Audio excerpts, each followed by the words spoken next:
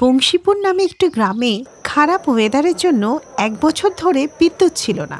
একসময় যে গ্রামটা আলোর জন্য বিখ্যাত ছিল, এখন সন্ধে হলে সেই গ্রামের চারিদিকে অন্ধকার। দেখে মনে হয় যেন সবাই বিদ্যুৎ ছাড়া আদিম যুগে বাস করছে। গ্রামের সমস্ত মহিলারা একটা কুয়ো থেকেই জল এনে ওদের সমস্ত প্রয়োজন মেটাতো। এমনই একদিন, উফ, এই কুয়ো থেকে জল তুলতে আমার আর ভালো লাগছে না। ক্লান্ত হয়ে গেছে এই কাজ করতে করতে। বছরের পর বছর জল তুলতে তুলতে আমার কোমরটাই ভেঙে গেল। উফ, সে যাই হোক বোন, এই কুয়ো থেকে জল তুলতে তুলতেই আমাদের মরতে হবে। 1 বছর আগে এই কুয়োর দিকে কেউ ফিরেও তাকাতো না। আজকে দেখো এর কত দাম। সত্যি বলছো গো বোন, বিদ্যুৎ চলে যেতেই এই কুয়োর গুরুত্ব আমরা বুঝতে পারলাম। বিদ্যুৎ নেই তাই বিদ্যুৎ চালিত সমস্ত যন্ত্রই বেকার, শুধু কাজে আসছে এই কুয়োটা। যদি ওই দিন গ্রামে প্রবল ঝড়টা না আসতো, তাহলে তারও ছিঁড়তো না আর ট্রান্সফরমাও পুড়ে যেত না, আর এই গ্রামটাও 1 বছর ধরে অন্ধকার থাকতো না। এইভাবে সবাই মিলেমিশে গ্রামে বিদ্যুৎ না থাকার দুঃখটা ভাগ করে নিল, আর কিছুক্ষণ পর যে যার বাড়িতে চলে গেল। এমনই একদিন নন্দিনী কুয়ো থেকে জল এনে বাড়িতে জামা কাপড় কাচতে কাচতে বলছিল, হে ভগবান, শরীরের সমস্ত জল তো এই করতে করতেই বেরিয়ে যাচ্ছে। একবার কুয়ো থেকে জল নিয়ে এসো, তারপর বাড়িতে এসে জামা কাপড় কাচো, তাহলে আর পনের ওয়াশিং মেশিনের কি লাভ, বেচেই দেবো। এমনই একদিন অঞ্চনা যখন হাত পাখা দিয়ে হাওয়া করছিল, তখন তার শাশুড়িকে বলল, উফ, কি গরম, কি লাভ এরকম এসি যে সবসময় বন্ধ হয়ে থাকে। বৌমা, তুমি এই এসিটা খুলে বিক্রি করিয়ে দাও, বিদ্যুৎ ছাড়া এসির কি কাজ। এরকমই একদিন সন্ধে হতেই গ্রামে অন্ধকার নেমে আসে, আর গ্রামের সব লোকেরা নিজেদের কাজ সেরে সন্ধে হওয়ার আগেই ঘরে ফিরে আসতো। কারণ বিদ্যুৎ না থাকার জন্য সন্ধে হতেই গ্রামে এত অন্ধকার নেমে আসতো যে পাশে দাঁড়িয়ে থাকার লোককেই দেখা যেত না। এমনই এক রাতে সুনীল তার বউকে বলল, মালা, অনেক সন্ধে হয়ে গেছে, চারপাশের সবাই দরজা জানলা দিয়ে দিয়েছে, আমিও ছাদে গিয়ে বিছানাটা করছি, তুমি দরজা দিয়ে চলে এসো। অন্ধকার হলেই গ্রামের লোকেরা সবাই দরজা বন্ধ করে নিত, আর মালাও দরজা বন্ধ করে দিয়ে মোমবাতি নিয়ে ছাদে চলে গেল, আর ছাদে গিয়ে বিছানা পেতে শুয়ে পড়ল। যখনই মালার প্রায় ঘুম এসে যায়, তখনই সে দরজায় কড়া নাড়ার আওয়াজ পায়। এই শুনে মালা তার স্বামী সুনীলকে জাগিয়ে দেয় আর বলে, কি গো, এত রাতে বাড়িতে কে এলো গো? আমি দেখে আসছি। এই শুনে পাশের বাড়ির ছাদে শুয়ে থাকা একটা লোক বলল, আরে সুনীলদা, এত রাত্রে দরজা খুলো না, চোর ডাকাত হতে পারে। আজকাল গ্রামে খুব চোর ডাকাত ঘোরাফেরা করছে, তাই সন্ধ্যের পর দরজা খুলবেন একদম। প্রতিবেশীর এই কথা শুনে সুনীল দরজা খুলতে আর যায় না। এখন গ্রামে বিদ্যুৎ না থাকায় চোর ডাকাতদের ভয়ও মানুষের মনে বাস করে। এইভাবেই গোটা রাতটা গ্রামবাসীরা চোর ডাকাতের ভয়ে জেগেই কাটালো। এরপর একদিন দুপুরবেলা গ্রামের সমস্ত মহিলারা একটা গাছের নিচে বসে কথাবার্তা বলছিল। তখনই অঞ্জনার শাশুড়ি বলল, আমার মনে হচ্ছে না রে বোন, যে এই জন্মে এই গ্রামে কোনোদিন বিদ্যুৎ দেখতে পাবো বলে। দেখতে দেখতে তো 2 বছর কেটে গেল, আর মনে হয় না লাইট আসবে বলে। মা, লাইট থেকে মনে পড়ল, স্কুলে আমরা সোলার সিস্টেম সম্বন্ধে পড়েছিলাম, ওর থেকেও বিদ্যুৎ পেতে পারি। কি করে বৌমা? মা, সোলার এনার্জি মানে সূর্যের শক্তি, আর এর ব্যবহার করলে মা পরিবেশও ভালো থাকে, আর এর থেকে আমরা গ্লোবাল ওয়ার্মিং না করেও আমাদের প্রয়োজনীয় বিদ্যুৎ আমরা পেয়ে যাই। আরে অঞ্জনা, তুমি যদি এরকম একটা সিস্টেমের কথা আগেই জানতে, তাহলে এতদিন আমাদের বললে না কেন? এবার তাড়াতাড়ি বলো, আমাদের গ্রামে কিভাবে এটা আসবে? এর জন্য সবার ছাদে সোলার সিস্টেম লাগাতে হবে, যেটা সূর্যের আলোয় চার্জ হবে, আর যার থেকে আমরা বিদ্যুৎ পাবো। এটা একটু দামি বটে, তবে আমাদের যা অবস্থা সেই অনুযায়ী ঠিকই আছে। এরপর গ্রামের মহিলারা রাজি হয়ে গেল, আর পরের দিনই গ্রামের বেশিরভাগ মহিলারা নিজেদের ছাদে সোলার প্যানেল লাগিয়ে নিল। এর ফলে বেশিরভাগ লোকের ঘরে বিদ্যুৎ চলে আসে। তাই দেখে নন্দিনী তার শাশুড়িকে বলে, মা দেখো, 2 বছর পর কল দিয়ে জল পড়ছে। এটা তো ঠিকই বলছো বৌমা, কিন্তু এই সোলার প্যানেল খুব তো দামি। এর দাম এত বেশি যে গ্রামের অর্ধেক লোকই এটা বসাতে পারছে না, তাই ওদের ঘর তো অন্ধকারই রয়েছে। এটা তো ঠিকই বলছো মা, আমাদের ঘরে আলো এসে গেল, কিন্তু এখনো এমন ঘর আছে যেগুলো অন্ধকার। এইসব ভাবতে ভাবতে শাশুড়ি আর বৌমা একটু উদাস হয়ে পড়লো। আর অন্যদিকে পিঙ্কি তার মা কমলাকে বলে, মা, আমাদের গ্রামে না লাইট এসে গেছে, ওই দেখো নন্দিনী আন্টির ঘরে লাইট জ্বলছে। না মা, ওটা লাইট না, ওটা সোলার প্যানেল।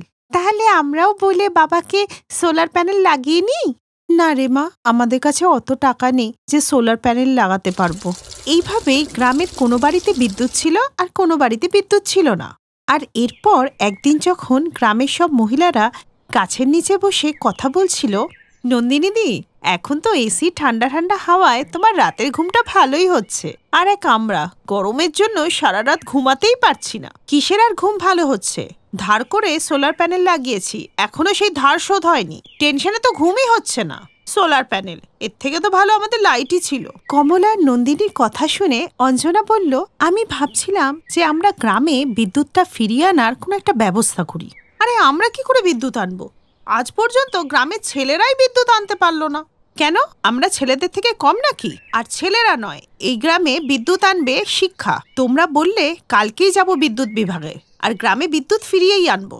অঞ্জনার এই কথা শুনে গ্রামের সব মহিলারা রাজি হয়ে যায়, আর পরের দিনই গ্রামের সমস্ত মহিলারা বিদ্যুৎ বিভাগে চলে যায়। সবাই গিয়ে ওখানে আবেদন জানালে বিদ্যুৎ বিভাগ থেকে একটি ফর্ম অঞ্জনাকে দেয়, যেটা ফিল আপ করতে হবে। এই ফর্মটা ফিল আপ করতে হবে। পেন আছে আপনার কাছে? এই শুনে সরকারি কর্মচারীটা অবাক হয়ে অঞ্জনাকে জিজ্ঞেস করে, আপনি ফর্ম ফিল আপ করতে পারেন? হ্যাঁ, আমি পারি। এবার পেনটা দেবেন। সরকারি কর্মচারী অঞ্জনাকে পেন দেয়, আর অঞ্জনা পুরো ফর্মটা ইংলিশেই ফিল আপ করে। এই দেখে কর্মচারী অবাক হয়ে যায়। 3 দিন পরে আবার আসবেন, কিছু আইনি কাজ বাকি আছে, আশা করছি সরকার আপনাদের সাহায্য করবে। গ্রামের সব মহিলারা প্রতিজ্ঞা করে নিয়েছিল যে এবার গ্রামে বিদ্যুৎ আনতেই হবে। আর অবশেষে বিদ্যুৎ বিভাগের লোক গ্রামে বিদ্যুৎ দিতে এলে অঞ্জনার স্বামী বলে, শেষ পর্যন্ত গ্রামের মহিলারাই পারল গ্রামে বিদ্যুৎ সংযোগ ফিরিয়ে আনতে। গ্রামের সমস্ত লোকেরা 2 বছর পর গ্রামে বিদ্যুৎ আসার আনন্দে অপেক্ষা করছিল। আর কিছুক্ষণের মধ্যেই গ্রামের সমস্ত ঘর আর রাস্তা আলোকিত হয়ে যায়। লাইট চলে এসেছে। সব বাচ্চারা লাইট আসার খুশিতে রাস্তায় নাচতে লাগলো। পুরো 2 বছর পর বংশীপুর গ্রামে লাইট এলো, আর এর সাথেই প্রত্যেকের ঘরের কল থেকে জল পড়তে লাগলো। আর সমস্ত গ্রামবাসীরা রাস্তায় দাঁড়িয়ে গ্রামের আলোর মজা নিতে লাগলো।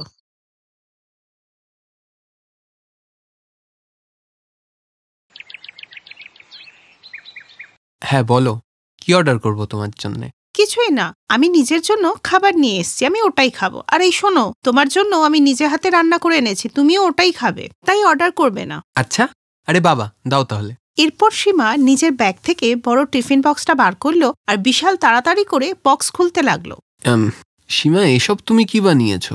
এটা পালংয়ের স্যুপ, আর এটা লাউয়ের তরকারি, খুব কম তেল মশলা দিয়ে রান্না। এছাড়া রায়তা আর মাল্টিগ্রেন আটার তৈরি রুটি। তবে এবার ঝটপট করে শুরু করো।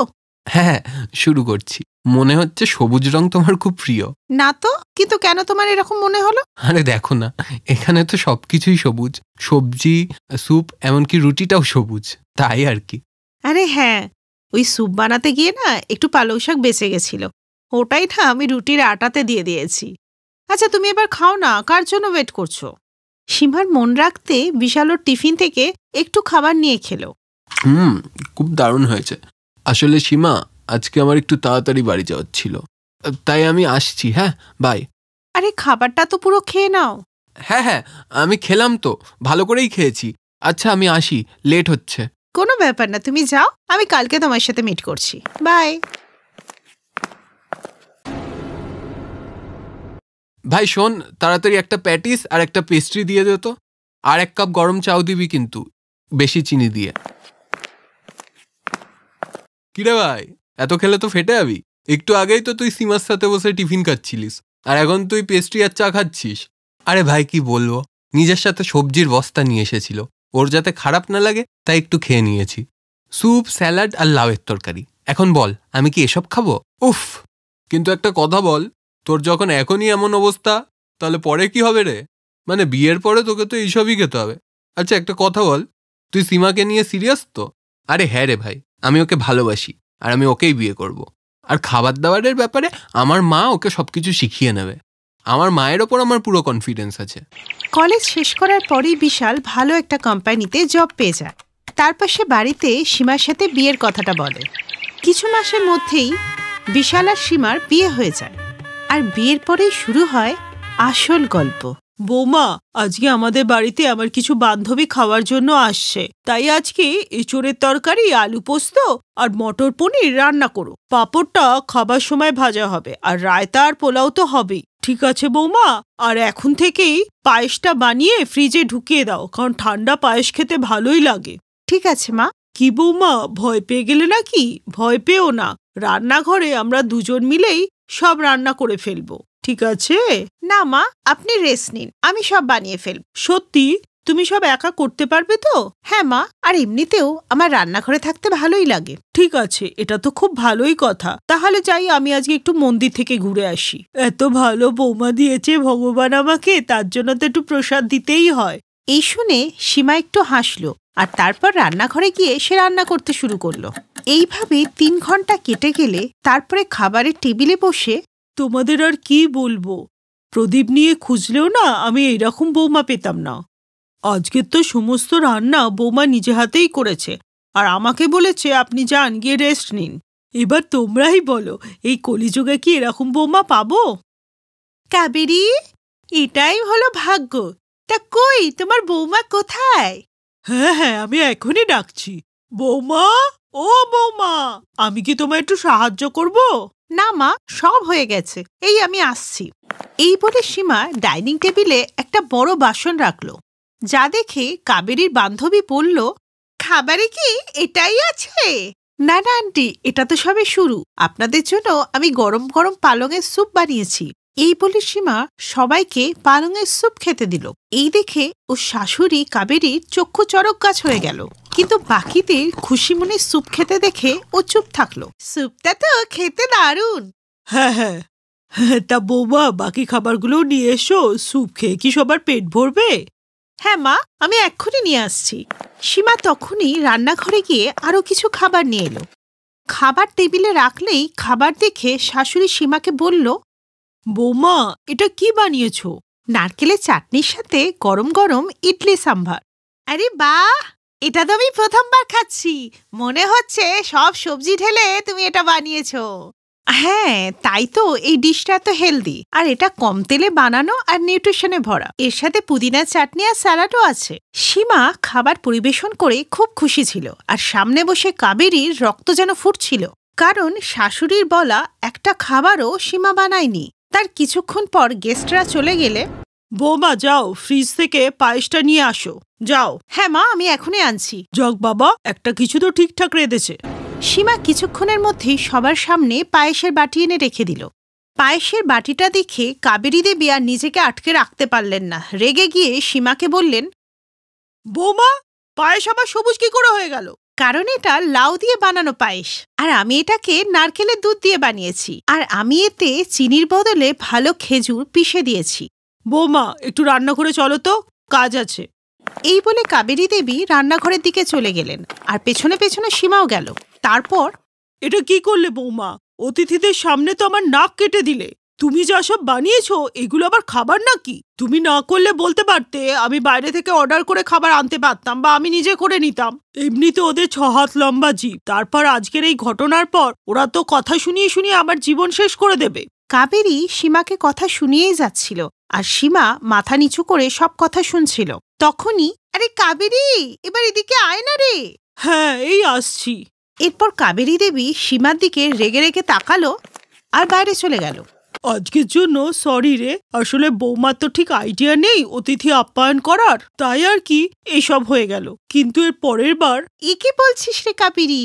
তোর বৌমা লাখে নয় কোটিতে একজন। সত্যি রে, আজকে এখানে আসার আগে না আমি খুব ভাবছিলাম যে আবার হেভি খাবার খেতে হবে আর আমার সুগার লেভেল বেড়ে যাবে, কিন্তু তোর বৌমা এত সুস্বাদু আর হেলদি খাবার খাওয়ালো যে। হ্যাঁ কাবেরী, তুই তোর বৌমাকে বলি সময় পেলে আমার বৌমাকে এরকম একটু হেলদি খাবার রান্না করা শিখিয়ে দিতে। কি রে কাবেরী, কি বললে? সত্যি সত্যি তোমাদের খাবারটা এত ভালো লেগেছে, আজকের খাবারটা?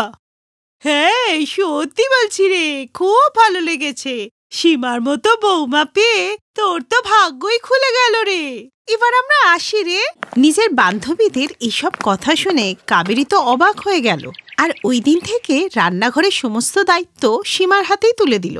সীমা নিজের চেষ্টার দ্বারা তার শ্বশুরবাড়ির চিন্তাভাবনাকেই পাল্টায়নি, শ্বশুরবাড়ির আনহেলদি তেল মশলাযুক্ত রান্নাঘরকে সবুজ শাকসবজিতে ভরা হেলদি রান্নাঘরে বদলে দিয়েছিল।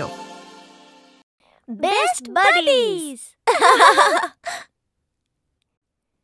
হ্যালো ফ্রেন্ডস, এই ভিডিওটা দেখার জন্য ধন্যবাদ।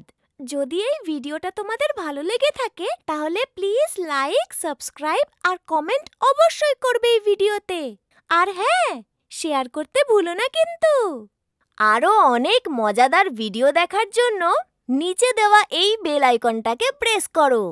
দেখতে থাকো বেস্ট বাডিজ।